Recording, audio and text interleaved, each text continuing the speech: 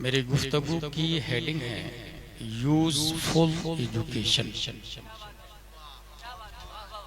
4 dot है और 8 हदीसें हैं, उसको लेकर के मैं हाजिर आया, जिसको इल्म नाफिअ कहा जाता है। क्योंकि without education you can not walk, you can not talk, you can not mind, you can not watch. Education is everything, but which education? चूंकि 50 से ज्यादा डिपार्टमेंट में कुल्लिया होता है इक्वल टू BA, हजारों यूनिवर्सिटीज है, लाखों कॉलेजेस है, मदारिस है, मकातिब है, और हर शख्स का ये दावा है इंसान मैं बनाता हूं। So useful education today my topic is first dot.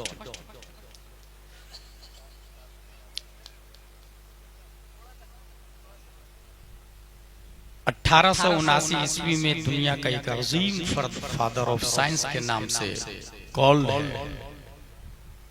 उसने कहा time travel to future is possible, but we would need to develop some very advanced technology to do it. We could travel future 10,000 years in only 1 year during that journey. Time travel to past is more difficult.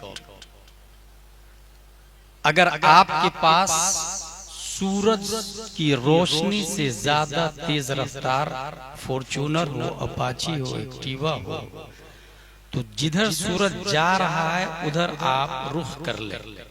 आप देखेंगे कि आपके साथ क्या होने वाला, मरेंगे कहाँ, पोता क्या, पोती क्या, 7 पुश्तों तक आप देख सकते हैं कि क्या होगा, कहाँ पड़ेंगे, कहाँ मरेंगे, कहाँ दफन होंगे। That is time travel to future. और अगर जिधर से सूरज निकल रहा है उधर आपने कर दिया टाइम ट्रेवल टू पास्ट। ये दुनिया है। Is this possible? क्या ये हो सकता है? तमाम तर वकला, फुजला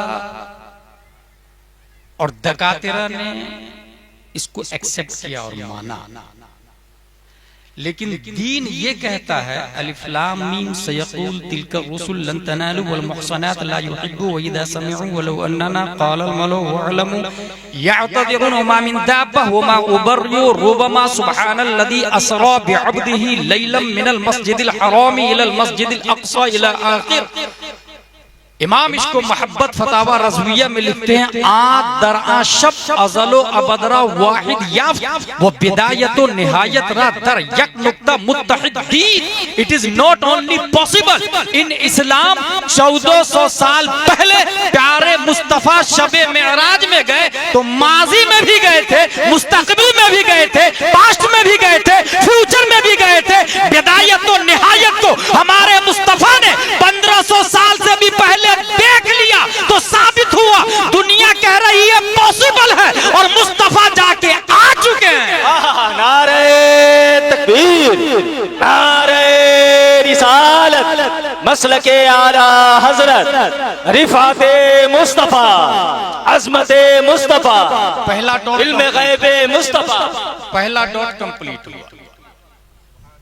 दूसरा पॉइंट, डॉक्टर एलिस सिल्वर, उसने कहा humans are not from earth, they pushed by any super power. इंसान इस प्लेनेट, इस गोले, इस थाले का रहने वाला नहीं।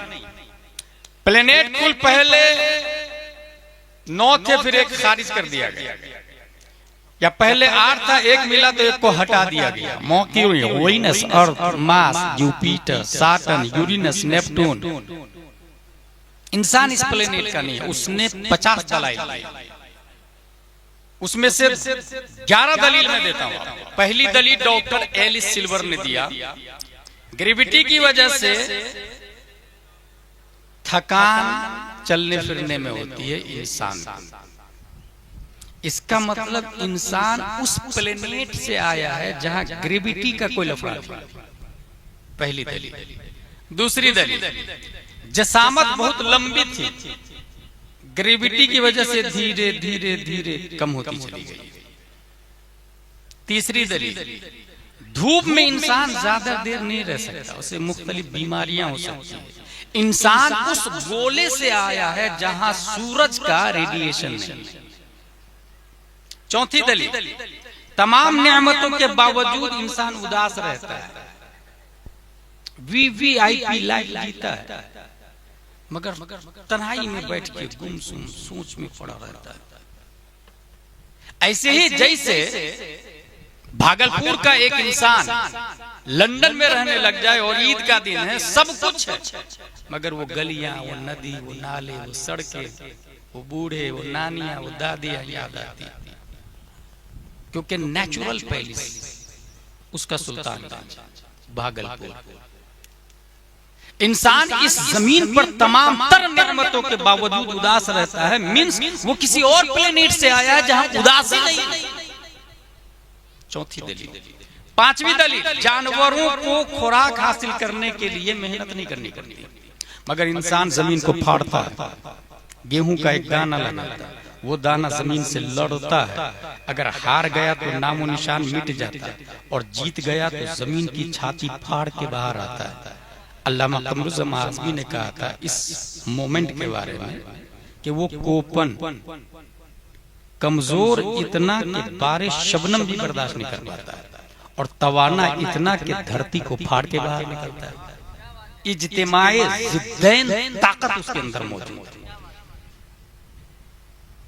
एक दाने में 100 दाने, पका कंप्लीट हुआ, इंसान काटा, कूटा, पिसाया, आटा माँ और बहनों के पास पहुंचता है, उस आटे में माँ और बहनें पानी मिलाती, गोला बनाती, बेलन से बेलती, तवा में डालती, फिर रोटी पकी, सेम प्रोसेसिंग सब्जी की। इतनी मेहनत करता है, जानवर इतनी मेहनत नहीं करते, वो यहीं के रहने वाले हैं।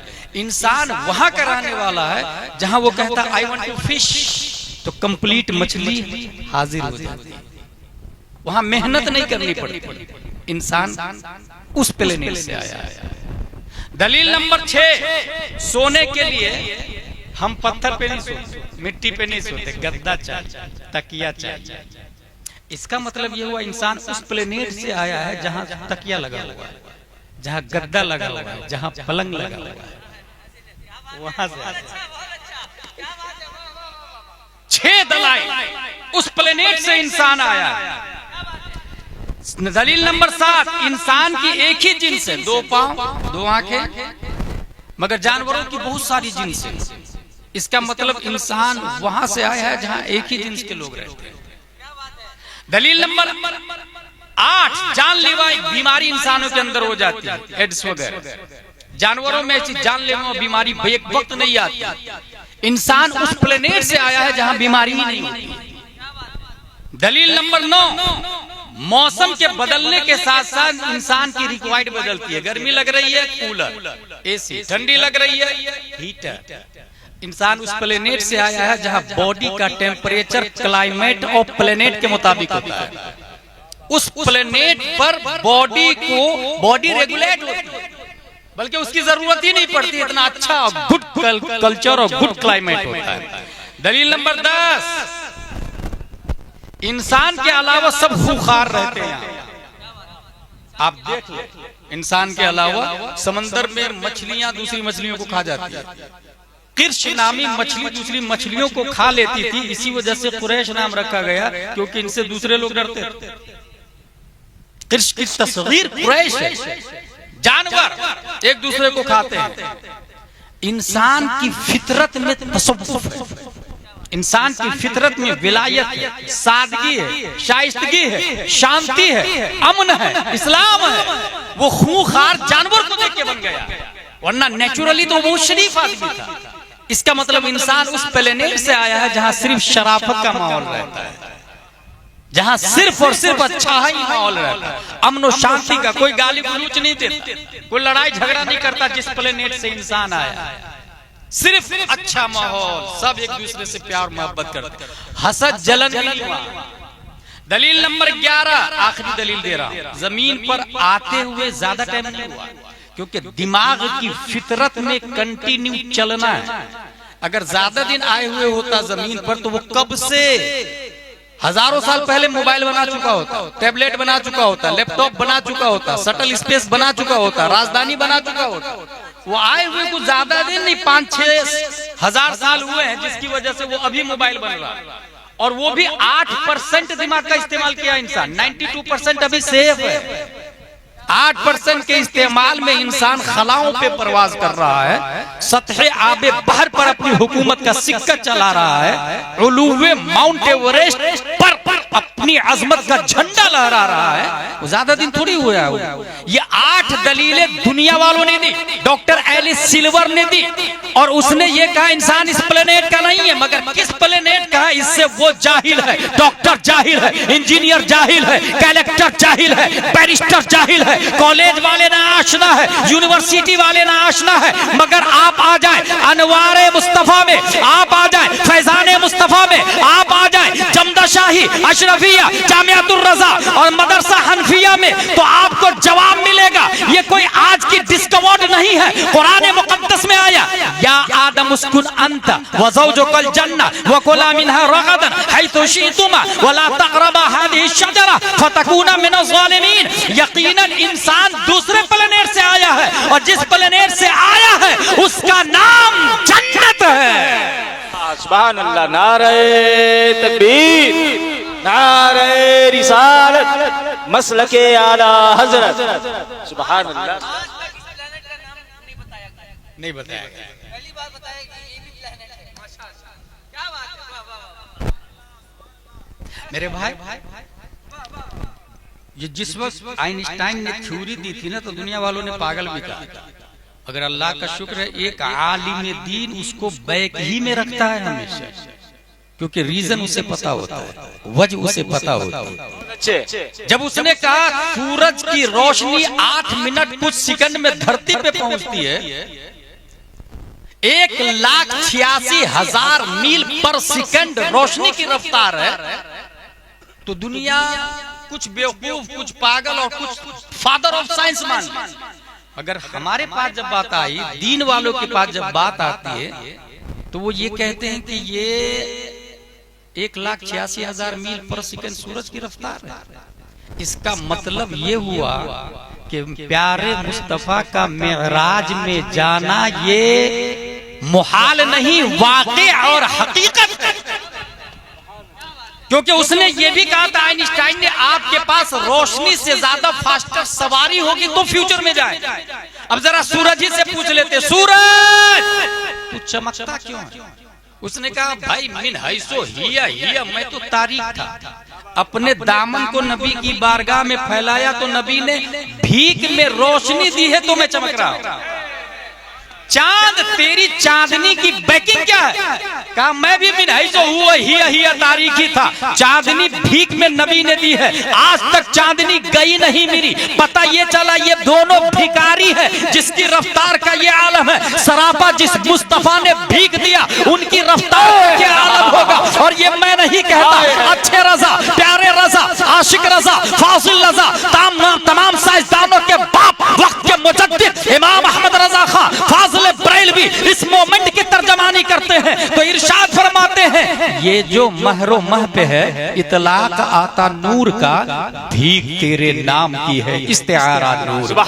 और रफ्तार मुस्तफा की तर्जमानी जब इमाम इसको मोहब्बत ने की है, तो कलम से कहते हैं लिख, वो सरवरे किश्वरे रिसालत जो अर्श पर जलवगर हुए थे, नए निराले तरब के सामा अरब के मेहमान के लिए थे। वहां फलक पर, यहाँ जमीन में रची थी शादी, मची थी धूमें, उधर से अनवार हंसते आते, इधर से नफात उठ रहे थे। उतार कर उनके रुख का सदका वो नूर का बट रहा था बाड़ा, कि चांद सूरज मचल मचल कर जबी की खैरात मांगते थे। यही समा था कि पैके रहमत खबर ये लाया कि चलिए हजरत तुम्हारी खातिर कुशादा है, जो कलीम पर बंद रास्ते थे। हुआ ये आखिर के एक बजरा, तमव्वुजे बहरे हू में उभरा, दना की गोदी में उनको लेकर फना के लंगर उठा दिए थे। सुराग ऐनो मता कहाँ था, निशान कैफो इला कहाँ था, न कोई साथी न कोई राही, न संग मन मंजिल न मरहले थे, कमाने इमका के झूठे लोग तो तुम अव्वल व आखिर के फेर में हो। मुहीत की चाल से तो पूछो किधर से आए किधर गए थे। मुहीत व मरकज में फर्क मुश्किल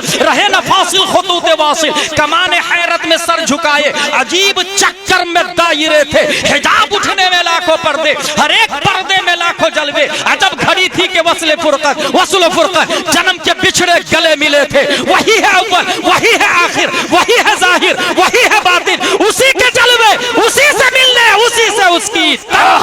नारे तकबीर, नारे रिसालत, मसलके आला हजरत, मेराजे मुस्तफा। नारे तकबीर, क्या बात है बाबा। ये जितने दलाइल भी दे दें और फादर ऑफ साइंस बन जाए, नोबेल प्राइज में ले इस्लाम में उसकी वैल्यू 0 0 0, क्योंकि नई डिस्कवरी है ही नहीं भाई साहब ये जो आप बोल रहे हैं। डॉट नंबर 3, एक बहुत बड़ा साइंटिस्ट 1856 ईस्वी में पैदा हुआ। उसने कहा there are 3 components of the personality. इंसान के अंदर 3 सिफत है, वॉचिंग, जजिंग, वॉकिंग। आप कुछ भी करते, ये जलसे में आए ना, पहले आपने सुना, फिर आपने फैसला किया, फिर आए।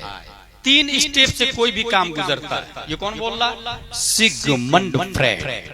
और 3 स्टेप का नाम दिया id, ego, super ego. Id किसको कहते हैं? The impulsive pleasure seeking part of the mind that operates on the pleasure principle. It is the oldest and most primitive part of the mind, representing the biological foundation of personality, that is id. Ego, the conscious realistic part of the mind that operates on the reality principle. It is the part of the mind that mediates between ID and super ego, making decisions and regulating libidinal dry energies, that is ego. And last, super ego, the moralizing part of the mind that operates on the morality principle. It is the source of moral censorship and conscience. इंसान पहले देखता, फिर decide करता, फिर work करता। Nobel prize ले लिया। कितनी अच्छी बात बता दी सिगमंड फ्रायड ने। ये दुनिया अब जरा दीन की तरफ आ जाए। ठीक उसी साल 10 शव्वाल 1272 हिजरी 14 जून 1856 ईस्वी में भारत में एक साइंटिस्ट पैदा होता है। और वो साइंटिस्ट ABCD नहीं पढ़ा, ट्विंकल ट्विंकल नहीं पढ़ा, जोनी जोनी नहीं पढ़ा, कॉन्वेंट सेंट पायस सेंट जोसेफ क्रिश्चियन मिशनरी में नहीं गया। वो साइंटिस्ट किसी बड़े दारुल उलूम में भी नहीं गया। अभी 2.5 साल की उम्र है, सामने से तवाइफ की जमात जा रही है। 2.5 साल के साइंटिस्ट ने अपने दामन को उठा के आंखों को छुपा लिया। तवाइफ की जमात ने कहा वाह रे मियां, जिसे खोलना था उसे ढक दिया और जिसे ढाकना था उसे खोल दिया। ये क्या कर रहे हो तुम? वो 2.5 साल का साइंटिस्ट बोलता है। सिगमंड फ्रायड ने 25 साल पढ़ने के बाद 3 कंपोनेंट बॉडी के अंदर बताया। वो 2.5 साल का बच्चा 2.5 साल की उम्र में बताता है, सुनो, पहले नजर बहकती है, फिर दिल बहकता है, फिर इंसान खता की तरफ जाता है। ये 3 किस्में कर दिया। पहले नजर वॉचिंग, फिर डिसाइडिंग, फिर वर्किंग। ये 2.5 साल का साइंटिस्ट कोई और नहीं, सुन्नियों की आन बान शान, ताजु शरिया के नाना भी दादा भी, नकी अली खां का बेटा, बरेली का कलंदर इमाम अहमद रजा खान। नारे तकबीर, नारे रिसालत, मसलके आला हजरत। Which education useful? Listen to me today. Which education useful? आखिरी पॉइंट, उसके बाद 8 हदीस आ रही है। आखिरी पॉइंट ये है कि लोग, दुनिया ये कह रही है कि एक धमाका आने वाला है और जिसकी बुनियाद पर सब लोग, सब प्लेनेट खत्म हो जाएंगे। ईंधन खत्म हो रहा धीरे धीरे धीरे। उसको साइंटिस्ट ने इस तरह लिखा, the big crunch is a hypothetical scenario for the ultimate fate of the universe in which the expansion of the universe eventually reverses in the universe retrocesses ultimately causing the cosmic scale factor to reach absolute zero, an event potentially followed by a reformation of the universe starting with another big bang. सब के सब ईंधन खत्म करके तबाह बर्बाद हो जाएंगे और एक नया बिग बैंग, अदब बिग बैंग, बिग बैंग से दुनिया बनी, एक अदब बिग बैंग शुरू होगा। क्या होगा नहीं मालूम। ये किसने कहा? दुनिया ने। कुरान शरीफ, वनुफिख़ फ़िस्सूरी फ़सइक़ मन फ़िस समावाति व मन फ़िल अर्द इल्ला मन शाअ अल्लाह सुम्मा नुफ़िख़ फ़ीहि उख़रा फ़इज़ा हुम क़ियामुन युनज़रून। यकीनन क़यामत आएगी। प्यारे मुस्तफ़ा सल्लल्लाहु तआला अलैहि वसल्लम पर कुरान मुक़द्दस नाज़िल हुआ और कुरान की हर बात सच्ची है। और कुरान में आया सूर फूका जाएगा, इसराफिल अलैहिस्सलाम सूर फूकेंगे, पूरी दुनिया तबाह बर्बाद हो जाएगी, खत्म हो जाएगी दुनिया। कुल्लु शैइन हालिकुन इल्ला लहुल हुक्म व इलैहि तुरजऊन। सिर्फ अल्लाह तबारक व तआला की जात बाकी होगी। रब्बे कदीर अपनी मर्जी से जब चाहेगा दोबारा सूर फुकवा के दुनिया को उठाएगा और उसके बाद हश्र होगा। जन्नती जन्नत में, जहन्नमी जहन्नम में, और सब के सब खुशी खुशी जन्नत में रहेंगे। जहन्नमी हमेशा के लिए जब मायूस हो जाएंगे तो जन्नतियों का माहौल कुछ इस तरह से भी होगा। चलो जरा गौसे आजम से मुलाकात कर लेते हैं, चलो आज ख्वाजा से मिलके आ जाते हैं, चलो अबू बकर के बारे में बहुत सुनते थे उनसे मुलाकात कर लेते हैं। और सबसे ज्यादा खुशी होगी वो प्यारे मुस्तफा से भी मुलाकात करेंगे और उससे भी ज्यादा खुशी होगी हफ्ते में एक दिन अपने सर की आंखों से रब्बे कदीर को देखेंगे।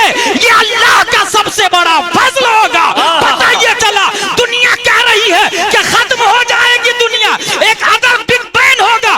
उस अदर बिग बैंग की हकीकत से वो जाहिल है, इस्लाम बोलता है वो आलम हश्र है, उसके बाद जन्नत और जहन्नम की दुनिया। क्या बात है, वाह वाह वाह वाह वाह वाह, सुभान अल्लाह सुभान अल्लाह, जिंदाबाद जिंदाबाद, वाह वाह वाह। बात समझ में आ गई। ये जितने डिस्कवर कर रहे हैं करने दे। अल्लाह तबारक व तआला ने हमारे नबी को जितनी अक्ल दी है, अल्लामा दहलान ज़ैनी सीरतुन नबविय्या में रकम तराज है। इन्नल्लाह तआला लम युअति जमीअन नास मिन बदई दुनिया इला इंक़िज़ाइहा मिन अल-अक़ल फी जंबि अक़लिही सल्लल्लाहु अलैहि वसल्लम इल्ला कहब्बति रमलिन मिन बैनि रिमालि दुनिया। रेगिस्तान में उंगली डाल, एक रेत ले उस एक रेत की कोई हैसियत है सरापा रेगिस्तान के सामने? नो। समंदर में उंगली डाले, एक कतरा पानी की कोई हैसियत है सरापा समंदर के सामने? नो। अल्लामा दहलान लिखते हैं कि आदम से कयामत तक एक जर्रे रेत के बराबर अक्ल पूरी दुनिया वालों को दी गई है और सरापा रेगिस्तान प्यारे मुस्तफा को दिया गया है।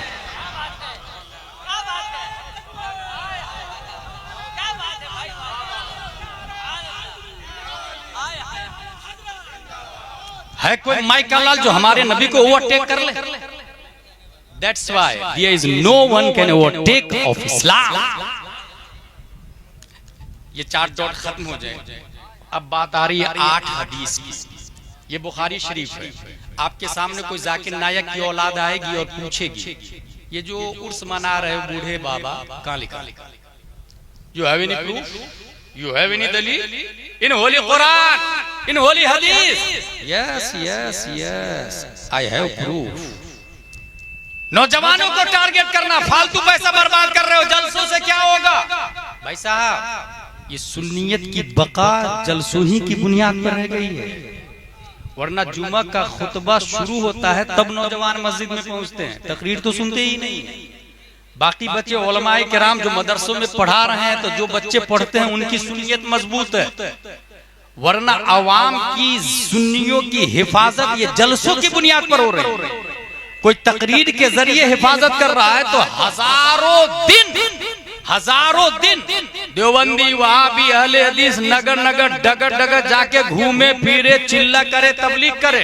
1000 दिन के बाद तन्हा एक बार अकेला मेरा मुहद्दिस कबीर आ जाए, मेरा मुहद्दिस कबीर आ जाए, 1000 दिन में जो ईमान को बर्बाद कर रहा होगा हुजूर मुहद्दिस कबीर और ताजुश शरीय की आवाज से वो कदूरत दूर होती है और सुन्नियत स्ट्रांग होता चला जाता है। अल्हम्दुलिल्लाह। मैंने कुछ ऐसे शायर को देखा है, वो शायरों के जरिए सुन्नियत की हिफाजत करते हैं, उसमें नंबर 1 पे असद भाई का नाम आता है। कुछ लोग नात खानी के जरिए नात खानी का मजाक भी बना रहे हैं, मैं उसका नाम नहीं लूंगा। अल्लाह तबारक व तआला हम सबको मसलके आला हजरत पर इस्तिकामत अता फरमाए। आपसे पूछेंगे उर्स आया है क्या हदीस शरीफ में? Today I will prove. Yes. एक मरने वाले से सवाल होता है, मन रब्बुका, who is your lord, what is your religion, what was saying about this man, तुम्हारा रब कौन है, तुम्हारा दीन क्या है, इस मर्द के बारे में क्या कहते थे। पहले क्वेश्चन का आंसर दिया रब्बी अल्लाह, मेरा रब अल्लाह है। अब क्या होना चाहिए? इसने एक क्वेश्चन का आंसर तो दे दिया तो 33 मार्क्स तो मिल जाए, मगर नहीं, एक नंबर भी नहीं मिलता। दूसरा क्वेश्चन होता है माँ दीनुका, क्यों? इसलिए कि रब्बी अल्लाह, मेरा रब अल्लाह है, ये बनी इस्राइल का भी जवाब है, यहूदो नसारा का भी जवाब है, डोनाल्ड ट्रंप और बाइडन और नेतन्याहू का भी जवाब है, मेरा रब अल्लाह है, मेरे नबी मूसा अलैहिस्सलाम, मेरे नबी ईसा अलैहिस्सलाम। अहले किताब का अकीदा ये है। इसलिए अल्लाह ने यहूदी को छांटने के लिए दूसरा सवाल रखवाया, तेरा दीन क्या है? यहूदी तो नहीं है तू, नसरानी तो नहीं है तू, बता माँ दीनों का तेरा दीन क्या है? जवाब दिया दीन इस्लाम, मैं मुसलमान हूँ, यहूदी नहीं हूँ, नसरानी नहीं हूँ। अब तो रिजल्ट आउट होना चाहिए ना कि इसका रब अल्लाह है और ये मुसलमान है। हादा अब्दी फफरिशु मिनल जन्नह वल्बिसु मिनल जन्नह वफ्तहू लहू बाबन इलल जन्नह, he is my servant, open the door of paradise, wear the dress of paradise, but there is no wife.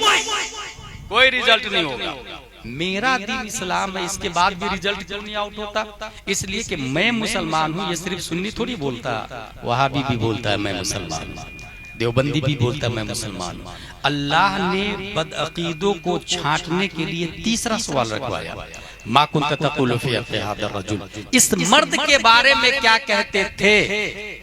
माजी इस्तिमरारी, पास्ट कंटिन्यूअस, इस मर्द के बारे में क्या अकीदा था? क्या कहते कहते मरे हो? इस मर्द के बारे में क्या कहते थे? मर के मिट्टी में मिल गए ये कहते थे, या तू जिंदा है वल्लाह, तू जिंदा है वल्लाह ये कहते थे? What was saying about this man? इस मर्द के बारे में क्या कहते थे? लाचार, बेकसो, मजबूर है ये कहते थे, या जहां में इनकी चलती है ये दम में क्या से क्या कर दे ये कहते थे? इस मर्द के बारे में क्या कहते थे? सुन्नी सहीउल अकीदा जवाब देगा, हुवा रसूलुल्लाह सल्लल्लाहु तआला अलैहि वसल्लम। अब आवाज आएगी गैब से, हादा अब्दी फफरिशु मिनल जन्नह वल्बिसु मिनल जन्नह वफ्तहू लहू बाबन इलल जन्नह। नम, उर्स की दलील आ रही है, नम कनौमतिल उरूस, सो जा जैसे उरूस सोती है। ये उरूस क्या भाई? ये उर्स से बना उरूस, जिसका मतलब है दुल्हन। अरीस कहते हैं दूल्हा को और उरूस कहते हैं दुल्हन। ये ऐसे ही जैसे क्रिकेटर मसदर है क्रिकेट, प्लेयर मसदर है प्ले, गेमलर मसदर है गेम, आलिम मसदर है इल्म, फाजिल मसदर है फजल। इल्म के बगैर आलिम नहीं हो सकता, फजल के बगैर फाजिल नहीं हो सकता, ऐसी उर्स के बगैर अरूस नहीं हो सकता। साबित हुआ कि उर्स का लफ्ज हदीस में आया है मुश्तक की सूरत में, मगर ये आया उसके लिए है जो तीनों सवालों का जवाब दे दिया है। अब बात समझ में आई, अशरफ अली थानवी का उर्स नहीं होता क्योंकि तीनों सवालों का जवाब नहीं दिया। कासिम नानोतवी का उर्स नहीं होता, तीनों सवालों का जवाब नहीं दिया। रशीद अहमद गंगोही का उर्स नहीं होता, तीनों सवालों का जवाब नहीं दिया। खलील अहमद अम्बेठवी का उर्स नहीं होता, तीनों सवालों का जवाब नहीं दिया। तीनों सवालों का जवाब गौसे आजम ने दिया है, आज भी 11वीं शरीफ होती है। ख्वाजा गरीब नवाज ने दिया है, आज भी 6ठी शरीफ होती है। इमाम इश्क मोहब्बत ने दिया है, आज भी उर्स रज़वी होता है। मुफ्ती आजम ने दिया है, उर्से नूरी होता है। मुजाहिद मिल्लत ने दिया है, उर्से हबीबी होता है। ताजुश्शरिया ने दिया है, उर्से ताजुश्शरिया होता है। बूढ़े बाबा ने जवाब दिया है, उर्से बूढ़े बाबा। नारे तकबीर, नारे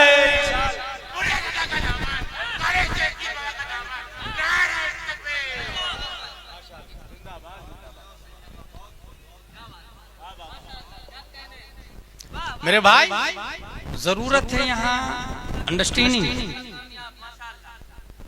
जब जलसा कामयाब है तो एक बात और बता दूं बुखारी शरीफ के बारे में कि इंसान किसके साथ में उठेगा। चूंकि बिग क्रंच की बात, ह्यूमंस आर नॉट फ्रॉम अर्थ की बात थी, तो भी इंसान उठेगा किसके साथ। इसके हवाले से बुखारी शरीफ की हदीस सुनने से पहले हजरत का इस्तेकबाल कर लेते हैं।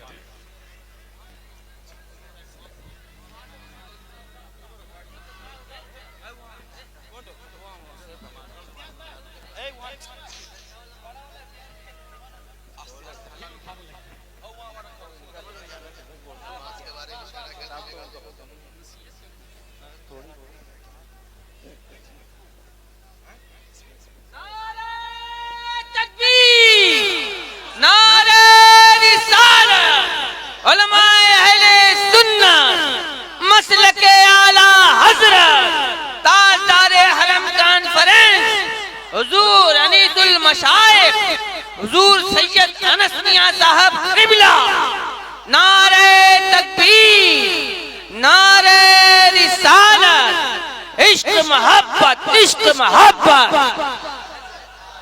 इश्क मोहब्बत, इश्क मोहब्बत, प्यार मोहब्बत, प्यार मोहब्बत, प्यार मोहब्बत, प्यार मोहब्बत। हुजूर सैयद अनस मियां साहब क़िबला, हजरत अल्लामा मौलाना मुफ्ती गुलाम जिलानी अजहरी साहब क़िबला, हजरत अल्लामा सिराज ताबानी साहब क़िबला, नारे तकबीर, नारे रिसालत, उलमाए अहले सुन्नत, मसलके आला हजरत हुजूर सैयद अनस मियां साहब क़िबला, हुजूर अनीसुल मशाइख, नारे तकबीर, नारे रिसालत, हुजूर अनीसुल मशाइख, नारे रिसालत।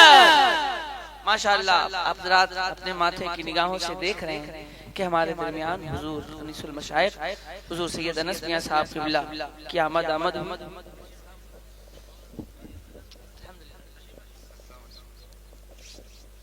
आप हज़रात तशरीफ रखें, बैठ जाएं। जो अहबाब खड़े हैं उनसे मुअद्दबाना गुजारिश है, कुर्सियां खाली हैं, आप हज़रात चाहें तो कुर्सियों पर बैठ सकते हैं। अगर आपकी टांगे सलामत हो तो बैठ सकते हैं, कोई दिक्कत की बात नहीं है।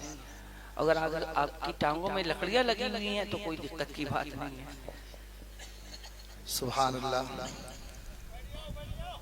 मेहमान खुसूसी रौनक अफरोज है। गुलपोशी के लिए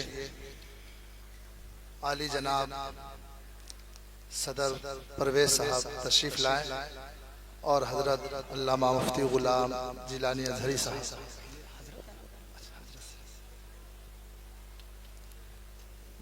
हुजूर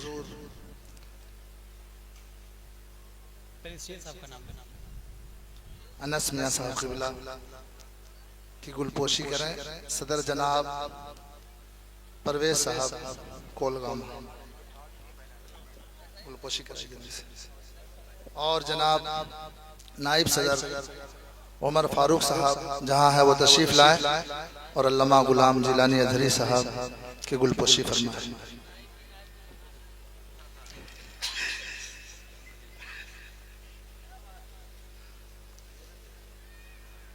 हमारे कायद, हमारे रहनुमा हुजूर सैयद शाह अनस मियां साहब क़िबला मद्दज़िल्लहुल आली व नूरानी गुलपोशी जनाब सदर परवेज साहब कर रहे हैं और नाइब सदर जनाब उमर फारूक साहब मुफ्ती साहब की गुलपोशी कर रहे हैं।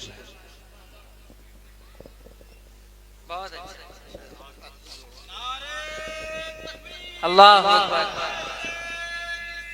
या रसूल अल्लाह, या अली जिंदाबाद, जिंदाबाद, जिंदाबाद। अल्लाहु अकबर, या रसूल अल्लाह।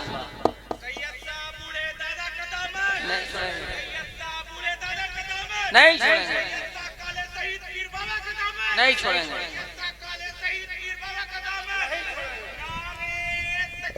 अल्लाहु अकबर। या रसूलल्लाह। और जनाब वली भाई जिधर भी हो, मोहल्ले के बड़े खैर खा हैं, हर मोड़ पे आगे आगे रहते हैं। अल्लाह ताला इन्हें सलामत रखे, उम्र दराज फरमाए, हुजूर से यशा पीर बूढ़ा दादा के माला फैजान से माला माल अता फरमाए। वली भाई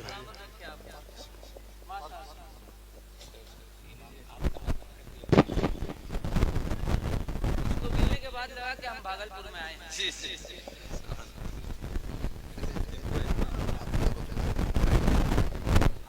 और जनाब सराज तावानी साहब को भी हदिया खुलूस पेश किया जाए।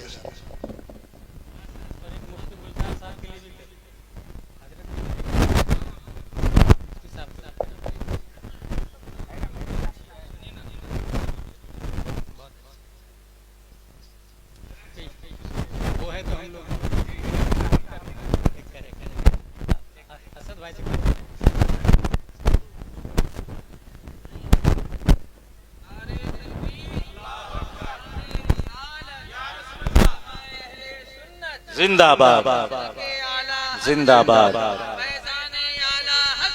जिंदाबाद जिंदाबाद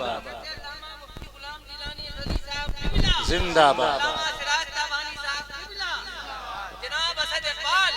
हुजूर सल्लल्लाहु अलैहि वसल्लम की दो चीजें हमारे दरमियान है, एक है खूने मुस्तफा सल्लल्लाहु अलैहि वसल्लम और एक है इल्मे मुस्तफा सल्लल्लाहु अलैहि वसल्लम।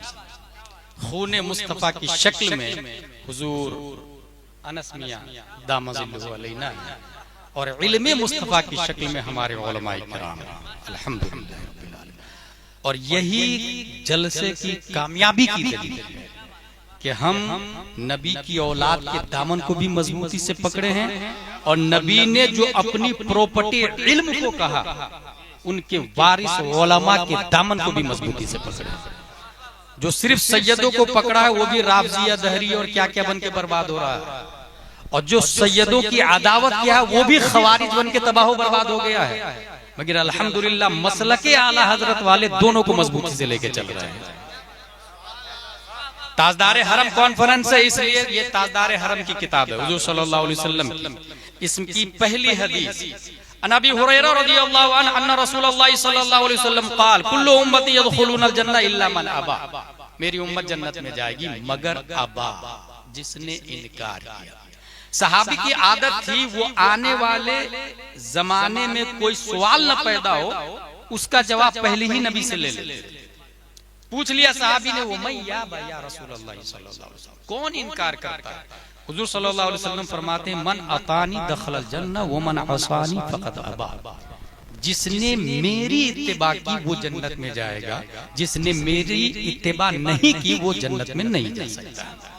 विच एजुकेशन यूजफुल, जिस यूनिवर्सिटी में तरीक़े मुस्तफ़ा नहीं पढ़ाया जाता है वो यूनिवर्सिटी दुनिया में वक्ती तौर से जमानत की नाकिस गारंटी तो ले सकती है, मगर मदारिस ये प्यारे मुस्तफ़ा सल्लल्लाहु ताला अलैहि वसल्लम का पता बताते हैं।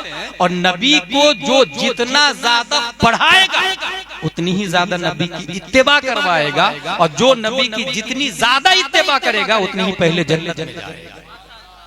यही वजह है कि मैं कहता हूँ पूरी दुनिया में नबी के बाद अबू बकर से अफजल कोई हो ही नहीं सकता है, क्योंकि सबसे ज्यादा एक वाज़े मिसाल दो। इस किताब में क्या लिखा, कौन बताएगा? आप बताएंगे क्या? जो पढ़ा है वही बताएगा ना, कॉमन सेंस। और जिसके पास बुखारी होगी वही ना पढ़ेगा, जिसके पास माला होगी, जिसके पास मैथ और गणित है वो कहां से बुखारी के बारे में समझ रहे? नबी को सबसे ज्यादा अबू बकर सिद्दीक ने पढ़ा, इसलिए अबू बकर से अफजल व आला कोई हो ही नहीं सकता। अब ये जो डुप्लीकेट है यहूदियों की औलाद है, जिसको असद भाई ने मैलानी कहा, मैलाई कहा, तो ये वो लोग हैं जो अपने आप को कह रहे मौलाई, वो मौलाई नहीं है, वो हकीकत में गद्दारे मौला कायनात है, गद्दारे हजरत अली है, गद्दारे हजरत अबू बकर उमर उस्मान है। उसकी जिंदा दलील ये है कि खुद हजरत अली ने कहा हुआ अअलमुना व अशजउना, हम में सबसे बड़े बहादुर भी अबू बकर सिद्दीक है और सबसे बड़े अल्लामा भी अबू बकर सिद्दीक रज़ियल्लाहु अन्हु। ओरिजिनल मौलाई होते तो हजरत अबू बकर को सबसे अफजल वाला मानते नबी के बाद। ये पहली दलील, पहली हदीस हो गई। दूसरी हदीस अन जाबिर इब्न अब्दुल्लाह रदियल्लाहु अन्हुमा क़ाल जात मलाइका इला नबी सल्लल्लाहु अलैहि वसल्लम वहुवा नाइम फ़क़ाल बाअदुहुम इन्नहु नाइम व क़ाल बाअदुहुम इन्नल ऐना नाइमा वल क़ल्ब यक़ज़ान। फरिश्ते नबी की बारगाह में तशरीफ लाए, देखे नबी सो रहे, बाज़ ने कहा नबी सो रहे, बाज़ ने कहा आंखें सो रही है, दिल जागता है। Should be noted this point. According to science, दिल जागता है नॉनसेंस। फलसफा वाले दिल जागता है नॉनसेंस जुमला कहते हैं। नौ में मुब्तदा खबर से मतलब होता है, उसको मीनिंग से मतलब नहीं होता। साइंस और फलसफा में मीनिंग से मतलब होता है, मुब्तदा खबर से मतलब नहीं होता। ये ग्रामर में हम लोग को पढ़ाया जाता है। साइंस के एतबार से सोने का इतलाक वही होगा जहां आंख हो। आंखें सो रही है, दिल जागता है, तो दिल में आंख है ही नहीं, फिर जागना और सोने का क्या मतलब? इस बात की तस्दीक चूंकि फरिश्ता ने कहा, और फरिश्ता मासूम होते हैं, वो कोई गलत लफ्ज नहीं बोलते, फरिश्ता झूठ भी नहीं बोलते। नबी के दिल में आंखें है या नहीं है, इसकी तस्दीक उस वक्त हुई जब नबी के सीने को फाड़ा हजरत जिब्रील अलैहिस्सलाम, और जब नबी के दिल को देखा तो कहते हैं फीहे ऐनान तबसुरान व उज़नान तस्माआन। मैंने पूरी दुनिया में सबसे मजबूत दिल मुस्तफा को पाया, और उस दिल में दो कान थे जो सुन रहे थे, गूंगे नहीं थे, और दो आंखें थी जो देख रही थी। ये चला हमें रब ने दो आंखें दी है क्योंकि हम महकूम है, मुस्तफा को रब ने चार आंखें दी है क्योंकि मुस्तफा को निजामे कायनात चलाना है। हाकिम मुस्तफा है, मालिक मुस्तफा है, जो ऑपरेटर होता है वो सो नहीं सकता, वरना निजामे कायनात दरहम बरहम होगा, सितारों की रफ्तार में निजाम बिगड़ेगा, शम्सो कमर का निजाम दरहम बरहम होगा, ड्राइवर सोएगा एक्सीडेंट होगा, लेफ्ट वाले मारे जाएंगे, राइट वाले मारे जाएंगे, फ्रंट और बैक वाले मारे जाएंगे। हमारे मुस्तफा हाकिम है, हाकिम, और हाकिम सो नहीं सकता, इसलिए रब ने दो आंखें दिल में, दो आंखें सर में, ताकि सर की आंखें सो जाए तो दिल की आंखें से निजाम कायनात चले। इसी को बरेली के कलंदर ने कहा, खालिक के कुल ने आपको मालिक के कुल बना दिया, दोनों जहां में आपका कब्जा व इख्तियार। वाह वाह वाह, नारे तकबीर, नारे रिसालत, मसलके आला हजरत, इख्तियाराते मुस्तफा, ये कुदरते मुस्तफा। ये बुखारी बोल रहा हूं, कोई चिल्ला चिल्ली वाला भोपाल दिल्ली वाला रिजेक्ट भी नहीं कर सकता है, और अगर करता है तो खुद ही रिजेक्टेड है, पहले ही से मरदूद शहादा है। हदीस नंबर 3 अन अनस इब्न मालिक रदियल्लाहु अन्हु क़ाल क़ाल रसूलुल्लाह सल्लल्लाहु अलैहि वसल्लम लन यबरह अन्नास यतसाअलून हत्ता यक़ूलू हादा अल्लाहु खालिकु कुल्ली शै फमन खलक़ अल्लाह। एक बहुत प्यारा मैसेज नबी देते हैं। कसरत सवाल ये हिलाकत का सबब। इंसान, झारखंड से मेरे पास पलामू से फोन आया था 5 दिन पहले कि एक शख्स का इस्लाम के बारे में 5 सवाल, इस्लाम के बारे में, और वो शख्स बाज़ाब्ता मुर्तद हो चुका है। वो कह रहा मेरे सवाल का जवाब दो तब मैं इस्लाम में दाखिल हूं। मुर्तद हो गया, मुस्लिम था, मुर्तद हो गया। ये मुर्तद क्यों हुआ? यही है कमी। कसरत सवाल ये इर्तिदाद का सबब है। बाज़ाब्ता बनी इस्राइल हिलाक हो गए थे कसरत सवाल से। हम ईमान नहीं लाएंगे जब तक अल्लाह को सर की आंखों से देख न ले। बनी इस्राइल का सवाल हिलाक हो। ये काजू किशमिश पिस्ता अखरोट जमीन से निकलते हैं, तो जमीन को किसने बनाया? अल्लाह ने बनाया। तो अल्लाह को किसने बनाया? ये इर्तिदाद का यही सबब। इर्तिदाद नमाज पढ़ने से मैंने तो नहीं देखा कोई फायदा होता है। क्या अल्लाह खाने को देता, पीने को देता? ये इर्तिदाद का सबब। ये पलामू से यही सवाल कि नमाज पढ़ने से क्या फायदा होता है? देखा मेरे भाई, अगर इंसान सिर्फ वजूद का शुक्र अदा करे, हर नफ्स के फरो मी रवद मुमित्ते हयातस्त वो चूं पर मी आयत मुफर्रह जात पस दर हर नफ्से दो नेमत मौजूद वो बर हर नेमते शुक्र वाजिब। शेख सादी कहते हैं ये जो सांस ले रहे हैं ना, सांस बाहर निकलती है बीमारी को लेकर, अंदर लेते हैं ऑक्सीजन को, वो जिंदगी बढ़ाती है। इस 2 सांसों में हर सांस पर अल्लाह का शुक्रिया अदा करना वाजिब है। अगर इस शुक्रिये के बदले में सजदे में जिंदगी पर रह के सर नहीं उठाए तो भी एक सांस की भी कीमत नहीं अदा हो सकती। और फिर वो सोचता है नमाज से क्या होता है, रोजा से क्या होता है, माज़अल्लाह या रब्बिल आलमीन।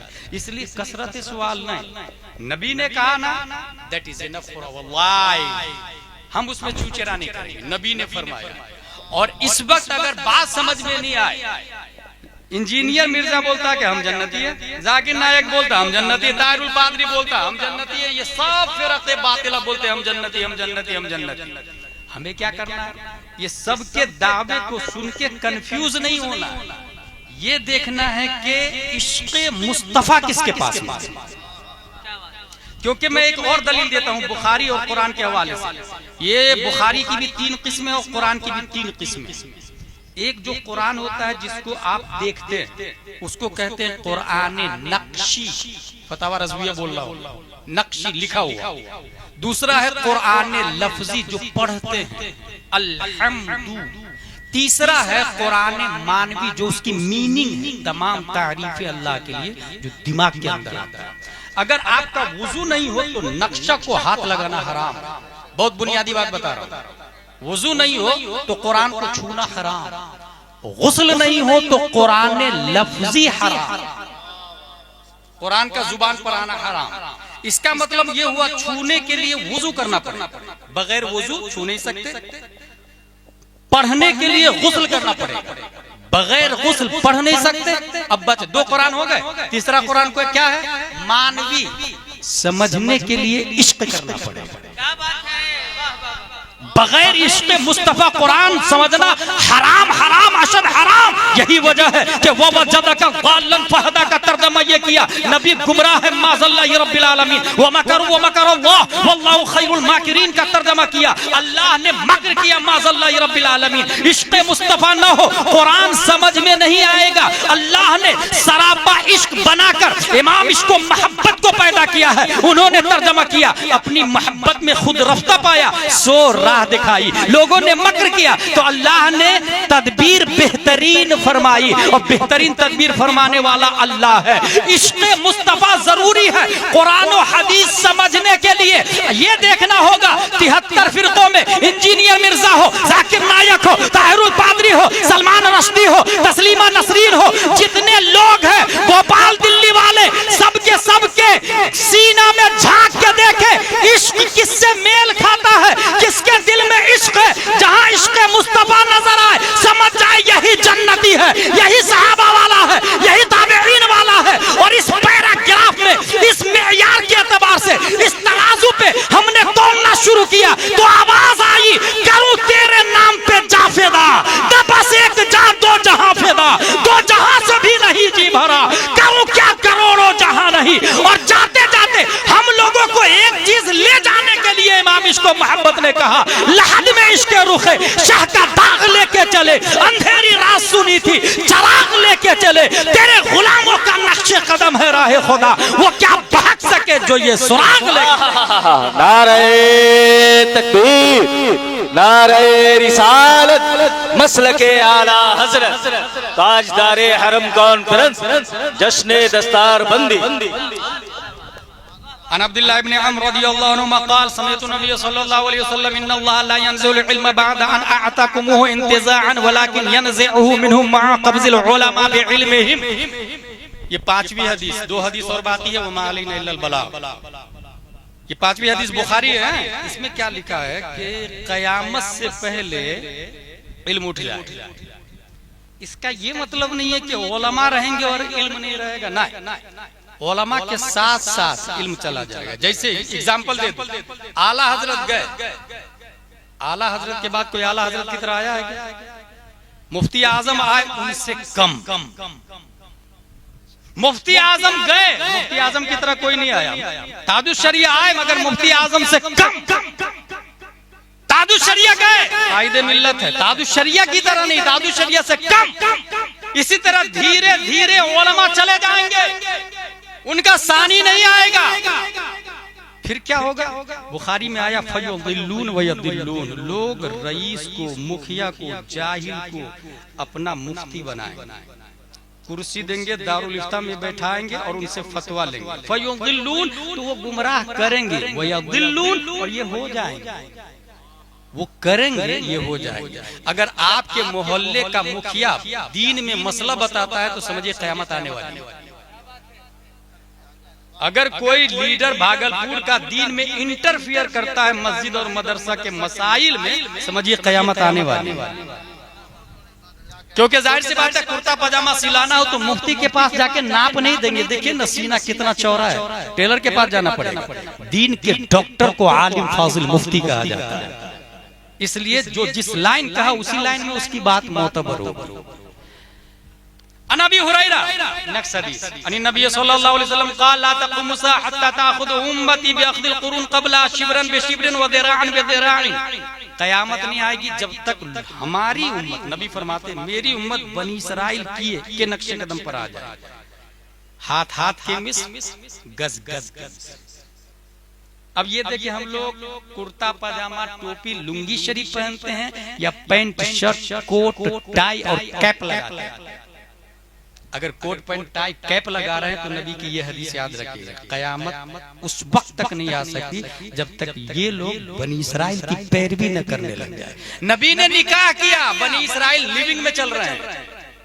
जितने लोग निकाह को हेज समझ रहे हैं और लिविंग को जायज समझ रहे हैं, कर्नाटक में एक आदमी मिला मुझको, 90 गर्लफ्रेंड थी उसकी, और वो मुझको समझा रहा था दूसरी शादी करने की जरूरत क्या थी आपको, 90 गर्लफ्रेंड है।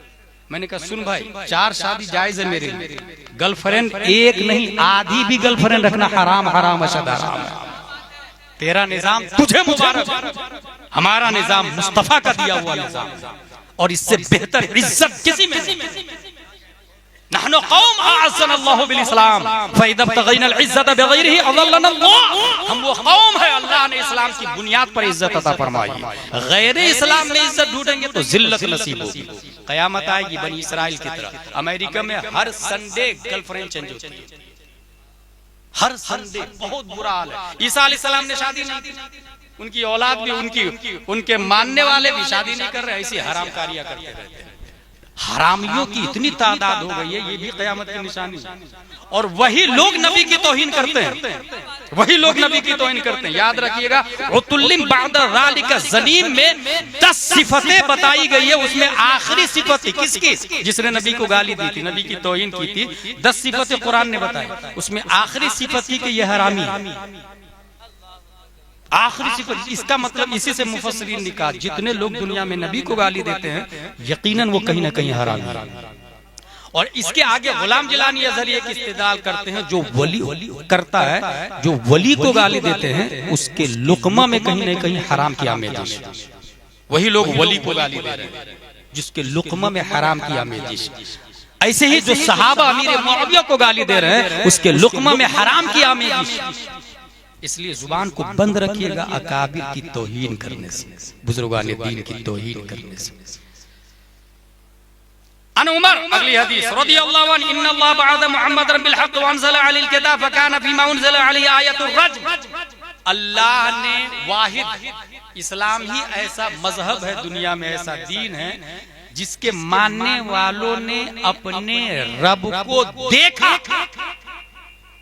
1400 साल पहले हमारे नबी सर की आंख से देखे कि ये अल्लाह है और एक है, और वो आके बोले कि लोगों मैंने देखा अल्लाह एक है। और आज तक हम मान रहे हैं अल्लाह एक है। बाकी की जितने माबूदाने बातिल है उसका देखने वाला दुनिया में कोई मौजूद नहीं, कोई माबूदे हक का देखने वाला मौजूद है। अब आइए, अहले हदीस और गैर मुक़ल्लिद जो आपके पास आएंगे तो वो ये कहेंगे कि इमाम आज़म इमाम मालिक में इख्तिलाफ है कि नहीं? बोले हाँ है। इमाम आज़म कहते हैं कि नमाज में मुक़्तदी सूरह फातिहा नहीं पढ़ेगा, मकरूह तहरीमी। इमाम शाफ़ी कहते हैं नहीं, ला सलाता इल्ला बिफातिहातिल किताब, मुक़्तदी को भी सूरह फातिहा पढ़ना पड़ना। उसूल शाशी की बहस है, हमारे उलमा जानते हैं। इख्तिलाफ हुआ, अहले हदीस ये बोलता है कि ये दोनों लड़ रहे हैं, इसको छोड़ यहीं से लॉलीपॉप देगा। हमारे पास खंडवा में एक शख्स आया और मुझसे कहा कि आप मुझको पढ़ाइए ताकि मैं डायरेक्ट कुरान और हदीस से मसला निकालूं।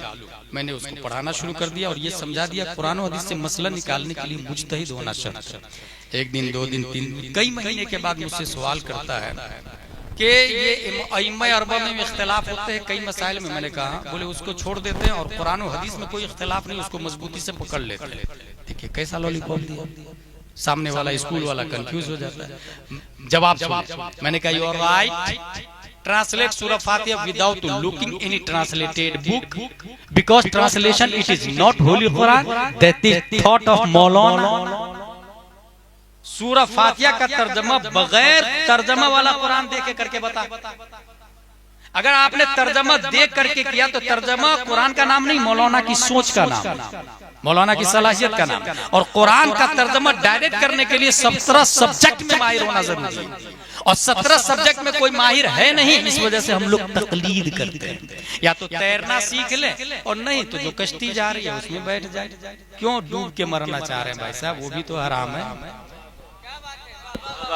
हमें जो मुजतहिद नहीं है वो तकलीद करते हैं, और जो मुजतहिद है वो किसी की तकलीद नहीं करते। इमाम आजम किसी की तकलीद नहीं करते, इमाम मालिक किसी की तकलीद नहीं करते।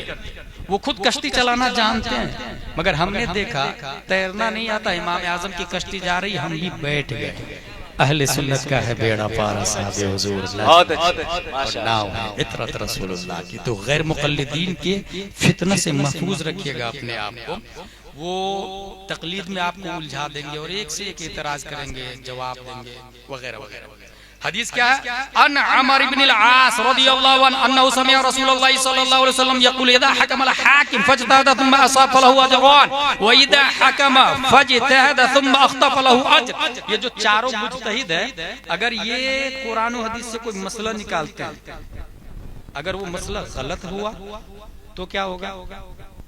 बुखारी में आया अगर गलत मसला भी हुआ तो भी अल्लाह सवाब देगा, एक सवाब देगा। यही समझाना चाह रहा हूं।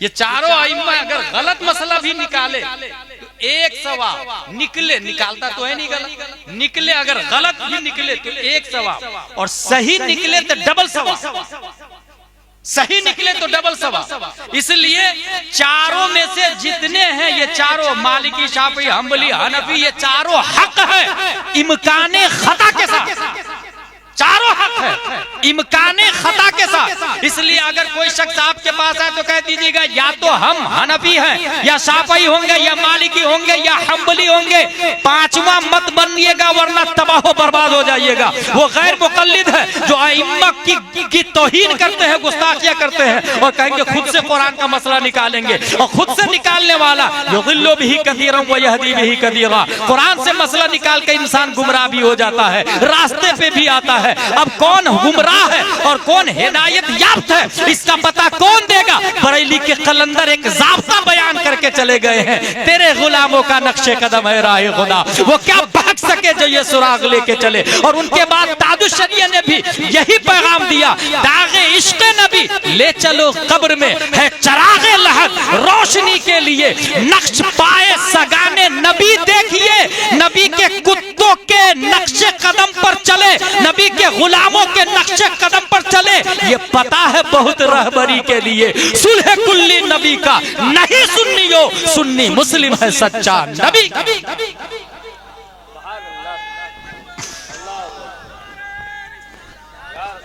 8 हदीस का वादा किया था, आखिरी हदीस है 8वीं हदीस। अन जाबिर इब्न अब्दुल्लाह रदियल्लाहु अन्हु अन्नहु कान यहलिफु बिल्लाहि इन्न इब्न सय्याद अद-दज्जाल। हदीस शरीफ में दज्जाल का जिक्र है और यके बाद दिगरे 30 दज्जाल आए। दज्जल से बना दज्जाल जिसका मतलब है फरेबी। जैसे हैदराबाद में आया था और बोल रहा था मैं इमाम मेहदी हूं, एक उधर पाक में पैदा, पाकिस्तान में पैदा हुआ, कहता मैं आखिरी मऊद अहमद, मैं भी नबी हूं, मैं इब्ने अब्दुल्लाह हूं माज़ल्लाह रब्बिल आलमीन। सब एक से एक दावा कर रहे हैं। 1400 साल पहले हमारे नबी बता चुके हैं दज्जाल पैदा होगा। उनकी बातों में नहीं आना है और उनकी बातों से महफूज वही रहेगा जो मसलक आला हजरत की बातों से चिमटा हुआ है, मजबूती से पकड़ा हुआ है। जैसे एंटीवायरस लगा हो तो वायरस एंट्री नहीं करता है, ऐसे ही मसलक आला हजरत एंटीवायरस का काम करता है।